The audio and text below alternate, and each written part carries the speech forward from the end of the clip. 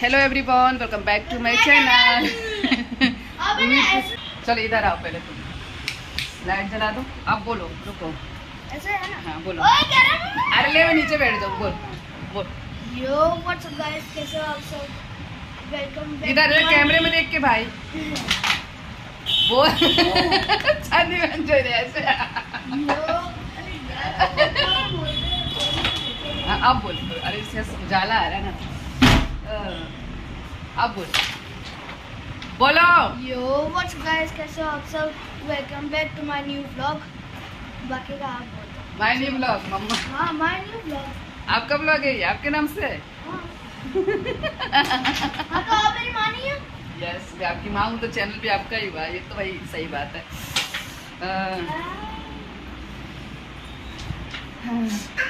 पंखा चालू कर बेटा, इधर का सूख जाए।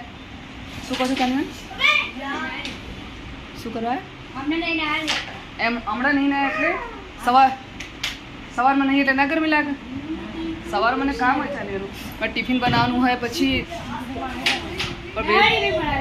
બે જણનું ટિફિન હોય તો અત્યારે જ ન હોય, બધું કામ પતે પછી જ ન હોય. काम पे लगे भी बन गयो। कितना फोटो पर चांदी मैम की वीडियो बनाना, चांदी मैम कपड़ा खाई कपड़ा એ રે ચાલ્યું. તમે વહેલા ઉઠો નહીં? કેટલા વાગે ઉઠો તમે? दुकान जाके बाबू फिर हमारा नहीं ना આ 5 વાગે ઉઠીને શું કરવાનું ચાલ્યું? આટલું વહેલા ઉઠી रखी है को फिर क्या बनाओ, रोटली बनाओ, शाक। હા તમે એક સગડી છે એટલે. 7 वागे હા એ તો છે, તમે એક જ સગડી છે ને એટલે. અમારે તો ત્રણ બર્નર છે ને એટલે ફટાફટ થઈ જાય. ચાય મૂકો, શાક મૂકો, પછી જે બનાવવું એ ફટાફટ થઈ જાય. ये हमारे 7 तो वागे हेयर वॉश की 7 वागे नहीं पानी के कॉली में हेयर वॉश किया है तो अभी गीले ही हैं. बटाटा बनाया ऊपर બટર બનાવ્યા. મારે શાક લેવા જવાનું છે, શાક જ નથી देखो अंदर लगते बाहर એટલે ખાલી ગવાર પડ્યું છે, હમણાં મૂક્યું નહીં. અને ગવારમાં મહેનત વધારે છે, પછી એને તો સંભાળીને રાખો તો જ બનાવી શકીએ. मजा आएगी। माया में हो रहा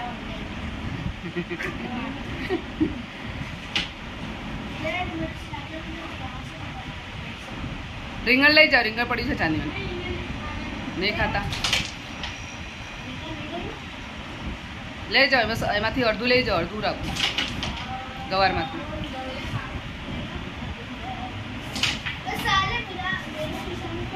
ના એટલે અડધું લઈ જાઓ. જવાનું છે આજે, શાક લેવા જવાનું છે મારે, સાંજે જઈશ.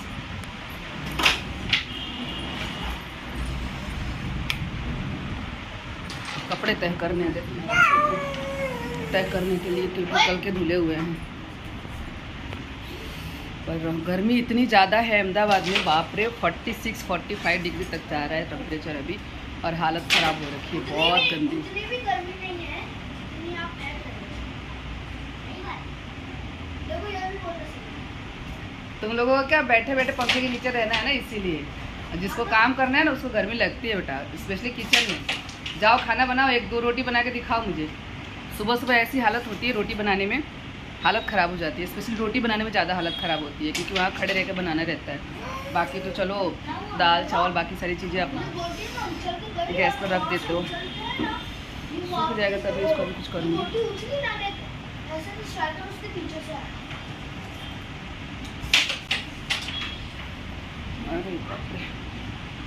आज मैंने राजमा बनाया है ना, तो सुबह में वैसे तो ऐसी चीज़ें रिस्क लेना नहीं चाहिए, पर कम से कम 6-7 सीटियाँ मैंने लगाई हैं. उसके बाद में भी वो अच्छे से गला नहीं, मतलब वो जैसे गलना चाहिए वैसे गला नहीं. हुआ यूँ कि रात को मैं डब्बे वब्बे ठीक कर रही थी तो मुझे दिखा राजमा, और 2 पैकेट में था, अलग अलग पैकेट में था, तो दोनों को मैंने मिक्स करके भिगो दिया. तो चलो थोड़ा थोड़ा ही था, तो बोले हो जाएगा. पर अब पता नहीं दोनों में से कौन सा ऐसा था जो भीगा ही नहीं है. मतलब वो भी दोनों साथ में भिगोया, तो मैंने तो कुकर में डाल दिया उबलने के लिए. 6-7 सीटियाँ भी लगा दी, और उसके बाद में उसका जो मसाला है तैयार करके डाला. उसके बाद में चेक करी तो कुछ गले हैं और कुछ नहीं गले हैं, ऐसा वाला हाल है. कुछ तो एकदम अच्छे से मैसी हो गए हैं और कुछ गले ही नहीं है. फिर वापस से मैंने मसाला भुना और मसाले में मिक्स करके कुकर में वापस डाला, 3-4 सीटियाँ और लगाई हैं, फिर भी जैसा बनना चाहिए वैसा नहीं बना है। ग्रेवी अच्छी बनी है पर कुछ एक है जो थोड़े से हार्ड रह गए हैं। अब मुझे लगता है दोनों जो मैंने मिक्स किया था उसमें से एक जो राजमा है 1 पैकेट वाला, उसमें कुछ प्रॉब्लम होगा, तो ऐसा भी होता है कभी कभी। और सुबह का टाइम रहता है तो आप दोबारा कुछ बना भी नहीं सकते हो क्योंकि टिफ़िन का टाइम रहता है। तो हस्बैंड को तो दे दिया सुबह मैंने, और उसके बाद मैंने ग्रेवी चखा तो तीखा हो गया था तो फिर मैंने, क्योंकि वो हम तीखा ज़्यादा नहीं खाता है, तो फिर मलाई डाल के, बहुत सारा मलाई डाला, 1 कटोरी भर के मलाई डाला है मैंने, और उसके बाद फिर अच्छे से उबाल दिया उसको, मस्त हो गया, अच्छा, अब अच्छा लग रहा है। पर वही कि राजमा में अभी भी कसर बाकी है। सोचो 10-12 सीटियाँ लगाई हैं मैंने, फिर भी तो कभी कभी राजमा ऐसा भी आ जाता है, इसलिए मुझे राजमा पसंद नहीं है। काबली चना मुझे पसंद है, देसी चना मुझे पसंद है, पर ये राजमा मुझे बिल्कुल भी पसंद नहीं है। इसकी ग्रेवी मैं पसंद करती, पर राजमा मुझे पसंद नहीं है, पर वो हमको अच्छा लगता है। पर वही कि आज जैसा बनना चाहिए उस हिसाब से नहीं बना है। ग्रेवी तो अच्छी बनी है पर राजमा गला नहीं है, तो किसी किसी दिन ऐसा भी होता है। और सुबह का टाइम में रिस्क नहीं लेना चाहिए। सुबह का टाइम में 2 ऑप्शन होना चाहिए कि हाँ भाई, अगर कुछ गड़बड़ हो जाए, मतलब हो जाता है, बहुत कम होता है लेकिन हो जाता है, तो आप कुछ और भी रख सको साथ में, तो ऐसा होना चाहिए। सब्जी में तो देखो एक ही चीज़ रहता है, मेरे घर में दाल वगैरह पसंद नहीं करते हैं टिफ़िन में ले जाना, तो या तो ग्रेवी वाली सब्जी होगी या थोड़ी सी लटपटी सब्जी होगी, इस टाइप की होगी। इसलिए मैं दोबारा कुछ बनाती नहीं हूँ, सोचती नहीं हूँ, पर आज मुझे ऐसा लगा कि भाई ऑप्शन में और कुछ भी रखना चाहिए तो ये चीज़ है। और अभी वेकेशन चल रहा है युवराज का, बेड पे मेरे कपड़े दिखेंगे आप लोगों को, क्योंकि तय करने हैं कपड़े, बहुत सारे हैं, अंदर भी हैं, पर करूँगी तय थोड़ा सा आराम करके, क्योंकि सुबह से आज मैं काम में ही लगी हूँ। चलिए बने रहिए आप सब ब्लॉग में। और आजकल मैं ज़्यादा कुछ शूट नहीं कर रही हूँ, अपने दूसरे चैनल के लिए भी शूट नहीं कर रही हूँ, कुकिंग वाले चैनल के लिए, क्योंकि गर्मी बहुत ज़्यादा है और सुबह सुबह मुझे बनाना रहता है टिफ़िन, मतलब 8 बजे से पहले बनाना रहता है, क्योंकि हस्बैंड 8 बजे निकलते हैं और ओम जाते हैं 9 बजे, 9 बजे 9:15 बजे ऐसे ही जाते हैं, तो उतने जल्दी पॉसिबल नहीं हो पाता कि मैं शूट कर लूँ और बना भी लूँ, क्योंकि जब आप रिकॉर्ड करते हो तो थोड़ा सा एक्स्ट्रा टाइम लगता ही है। मतलब जब रिकॉर्डिंग में डालते हो मोबाइल को ना, तो थोड़ा सा एक्स्ट्रा टाइम जो है, आधे घंटे का काम 40-45 मिनट तक लगता है, तो उतना टाइम सुबह होता नहीं है, तो इसलिए आजकल कुकिंग का मैं कुछ भी शूट नहीं कर पा रही हूँ। उसके बाद में फिर मैं दोपहर में सोचती हूँ कुछ बनाऊँ, नाश्ता वगैरह बना के रखूँ, या कुछ ऐसा शाम का खाना है जो जल्दी बना के रख लूँ, तो किचन में इतनी ज़्यादा गर्मी होती है कि मन नहीं होता है, फिर लगता है फटाफट बना लो। तो आजकल ऐसा ही हो रखा है कि गर्मी को ऐसा दिमाग ख़राब हो रखा है, कुछ हो ही नहीं रहा है, कुछ भी नहीं हो रहा है, बहुत गर्मी, बहुत गंदे लेवल की गर्मी है बस यही है हालचाल, हर जगह गर्मी पड़ रही है। मैंने अभी न्यूज़ देखा और वीडियो भी देखा, काफ़ी जगह पे आंधी तूफान आया है, बारिश आई है, ओले पड़े हैं, तो नुकसान हुआ है, बहुत सारा नुकसान भी हुआ है।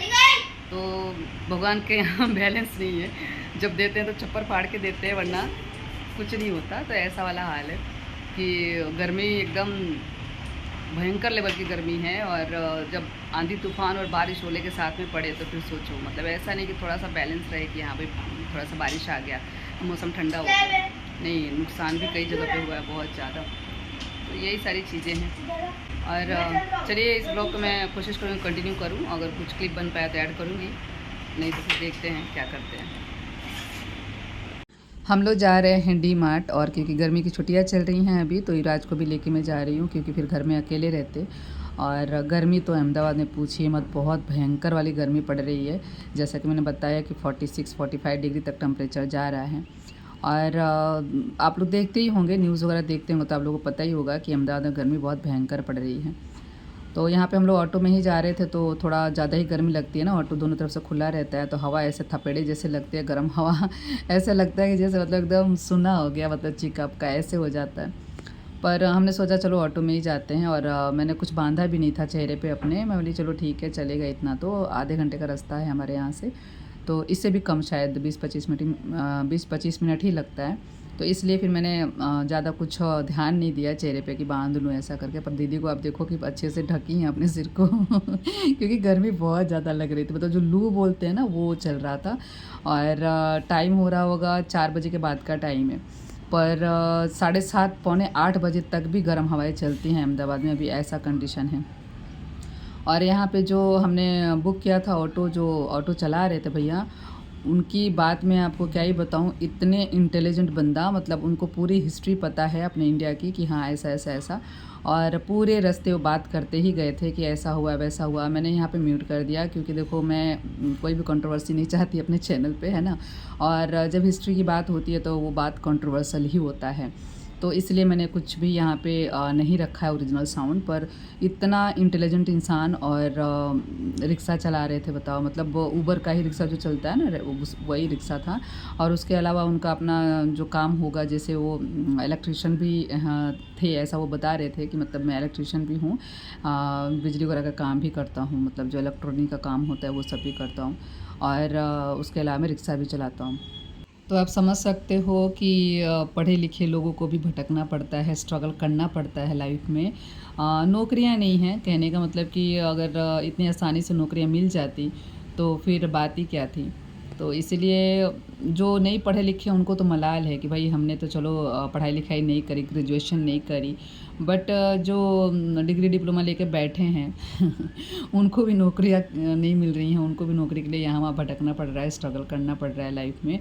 तो क्या ही कहा जाए, हर इंसान अपने लेवल पर स्ट्रगल कर रहा है, कोई किसी चीज़ के लिए, कोई किसी चीज़ के लिए, कोई किसी चीज़ के लिए। तो यही सारी चीज़ें हैं लाइफ में, स्ट्रगल है तो लाइफ है, ऐसा ही मान सकते हैं, और ये मान के चले तो अच्छा भी रहता है, ठीक है। काफ़ी लोगों के लाइफ में नहीं है स्ट्रगल, बहुत स्मूथली सब कुछ उनको हासिल हो जाता है, वो जो चाहते हैं, मुझे लगता है चाहने से भी ज़्यादा हासिल हो जाता है। पर काफ़ी लोगों को छोटी छोटी चीज़ों के लिए भी स्ट्रगल करना पड़ता है लाइफ में। तो वही है कि भगवान के घर पे बैलेंस नहीं है किसी भी चीज़ का ना, कहीं देते हैं तो छप्पर फाड़ के, और कहीं कुछ नहीं है। तो बस यही है, लाइफ है, ऐसे ही चलती है लाइफ। तो हम लोग पहुंच चुके हैं डी मार्ट, और ये डी मार्ट जो है ये 3 मंजिला है। हम लोग जहाँ पे हैं ये फर्स्ट फ्लोर है, जिसमें कि ये ग्रोसरी का और ये सारा चीज़ है। उसके ऊपर वाले फ्लोर पे है कपड़े, फुटवेयर, और उससे ऊपर वाले फ्लोर पे है इलेक्ट्रॉनिक चीज़ें, बर्तन जितने भी होते हैं वो सारी चीज़ें। तो मुझे ज़्यादा कुछ तो लेना नहीं था, युवराज के लिए मुझे कपड़े लेने थे, गर्मियों के लिए टी शर्ट वगैरह लेना था, निक्कर लेना था। तो मैंने सोचा पहले नीचे का हम लोग कर लेते हैं फिनिश, उसके बाद में फिर जाएंगे ऊपर, ताकि फिर बिल कराते आसान रहे। फिर नीचे ऊपर से आके फिर नीचे शॉपिंग करना नहीं अच्छा लगता, तो इसलिए हमने नीचे का पूरा मतलब फिनिश किया, और उसके बाद में हम लोग फिर ऊपर गए। और युवराज के पसंद का मैंने टी शर्ट दिलाया युवराज को, जो उनको पसंद था, और फुटवेयर दिलाया जो उनको पसंद आया। एक्चुअली पसंद जब मुझे नहीं होता है तो मैं नहीं दिलाती हूँ, कहने का मतलब कि अगर इन्होंने कुछ लिया और मुझे पसंद नहीं आया तो फिर मैं नहीं दिलाती हूँ। कभी कभी बहुत ऐसी चीज़ें पसंद कर लेते हैं जो बहुत ज़्यादा भड़काऊ लगता है, जो मुझे पसंद नहीं आता। तो इनका स्लीपर लेने का मन था, तो फिर वो बहुत ज़्यादा ऐसा वैसा ले रहे थे, तो मैंने सिंपल से ही दिलाया। और टी शर्ट लिए, 3 टी शर्ट लिए मैंने, और 2 निक्कर लिए ताकि गर्मी में पहन सके। और उसके बाद में फिर हम लोग आए थे, आई थिंक 6:30-7 बजे तक हम घर पे आए थे। मॉल वगैरह में हम लोग जाते हैं तो थोड़ा सा ज़्यादा टाइम लग ही जाता है, और इस बार तो युवराज भी साथ में थे, हमेशा नहीं होते हैं क्योंकि स्कूल होते हैं, हम लोग दोपहर में ही जाते हैं हमेशा, तो ये स्कूल होते हैं। और सैटरडे संडे इनकी छुट्टी होती है, मतलब सैटरडे मॉर्निंग होता है, और संडे तो ऑफिशियली छुट्टी होती है। तो घर पे रहते हैं, और कभी जाना भी हुआ तो हस्बैंड के साथ में जाते हैं, तो फिर जल्दी हो जाता है, इतना टाइम नहीं लगता है जितना टाइम हम लोग मतलब हम लोग दीदी के साथ जाते हैं तो लगता है। मैं स्पेशली, मतलब युवराज तो फर्स्ट टाइम हमारे साथ में आई है, लेकिन हम लोग जब जाते रहते हैं, आप सबने देखा होगा वीडियो में, और हम लोग जाते ही रहते हैं, तो टाइम थोड़ा लग ही जाता है। देखते ज़्यादा हैं, लेते कम हैं, ये भी देखना है वो भी देखना है, क्या चीज़ें ऑफ़र में है, ये सारी चीज़ें औरतों का होता है नेचर देखने का ना। तो इस पर जेंट्स लोगों का ये सब पंगा नहीं होता है, जो लेना है फटाफट लिया और निकल गए वहाँ से। तो हस्बैंड के साथ मुझे इसलिए वक्त कम लगता है, 1 घंटे में सारी शॉपिंग हो जाती है। कौन दिख रहा है? और कौन है? मारना नहीं है, लग जाएगा वो तो इतना थोड़े से चप्पल में गिर जाती है। बाबू आप छोड़ोगे? वहाँ से निकल रहा है, आपको कई बार मना किया मैंने। पास में मत, तुझे गर्मी लग रही है ना बेटा, इधर आ जा, पास में मत। हेलो कर दो बेटा, हेलो करना ही भूल गए आप।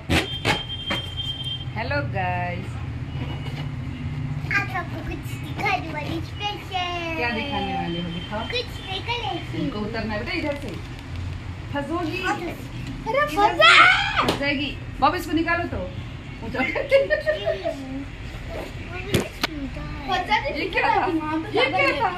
ये क्या था? क्या दिखाने वाले थे? दिखाओ। तो खेल लो। कपड़े का है ना कोई दिक्कत नहीं, कपड़ा चेंज हो जाएगा। बिजी तो रहे।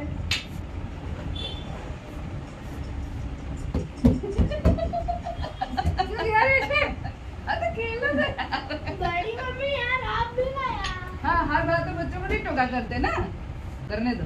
देखना जब बनाना बड़ी हो जाएगी ना तो आपको देखो एक बूंद नहीं गिरा भाभी। नहीं गिरा, वेरी गुड।